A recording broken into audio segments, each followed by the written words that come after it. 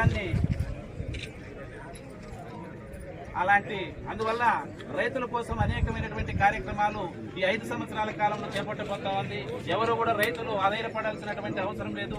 మనకు ప్రభుత్వము అండదండలు ఉంటాయి కాబట్టి ప్రతి ఒక్కరు కూడా ఈ అవకాశాన్ని సద్వినియోగం చేసుకోవాల్సినటువంటి అవసరం కూడా ఎంతైనా ఉంటుంది. అదేవిధంగా పళ్ళ తోటలకు ఎన్ఆర్జీఎస్ కింద మన మండలానికి 300 ఎకరాలు వస్తే మన మురళీ అన్నగారు అక్కగారి దృష్టికి తీసుకెళ్లి అది 500 ఎకరాలకు తీసుకురావడం జరిగింది. ఎందుకంటే రైతాంగం ఎక్కువ ఉన్నటువంటి పంట పొలాలు, చీనీ చెట్లు గాని అనేకమైనటువంటి పండ్ల తోటలు నిర్మించుకోవాలనేటువంటి ఉద్దేశంతో రైతులు చిన్నకారు రైతులు అప్లికేషన్ చేసుకోవడం వల్ల 300 నుంచి 500 పెంచినటువంటి ఘనత మన ప్రియతమ నాయకురాలు సునీతమ్మక్క గారికి దక్కుతుందని ఈ సందర్భంగా గుర్తు చేస్తా ఉన్నాం. అదేవిధంగా రైతులకు అందరూ కూడా పంటలు సరిగా సకాలంలో వర్షాలు రాక అతివృష్టి అనావృష్టితో ఇబ్బంది పడుతున్నటువంటి